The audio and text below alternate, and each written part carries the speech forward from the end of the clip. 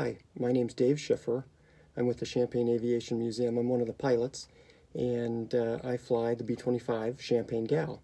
I'm sitting in the cockpit of the Champaign Gal.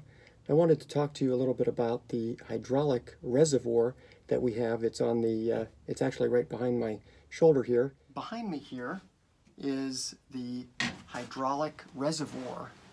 It sits right in front of the bomb bay.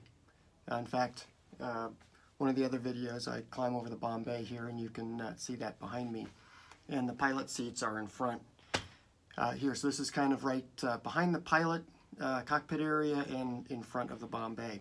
Well, anyway, sitting here is a hydraulic reservoir that feeds the system. And this is a system where you've got two hydraulic pumps on one on each motor, and the fluid ends up right here. This is the reservoir.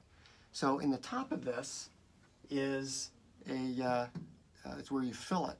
Is in flight, if you would lose fluid for some reason, the cowl flaps have a leak and it puts your fluid over, or the flaps, something happens to the flaps. And in another video I showed you how we could manually crank down the flaps. But in any case, let's say everything's working, well, maybe you have one system that has a problem, but everything else is working correctly and you need to get more hydraulic fluid into the system. Well, you could open this up right here in flight, and you would, there's actually a level here, sight glass.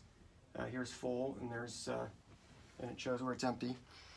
If you needed to get fluid in there, you open that up, you have some with you, and you could put it in. I've heard stories, I don't know if they're true or not, that during the war, if something happened and they needed hydraulic fluid and they didn't have it with them, a guy would get up here and would actually pee into this thing, and it would give them enough liquid in the system to be able to operate the gear or the flaps or whatever they needed. So just a funny anecdote. I don't know, again, if it's true or not. Please subscribe to our YouTube channel. Thanks.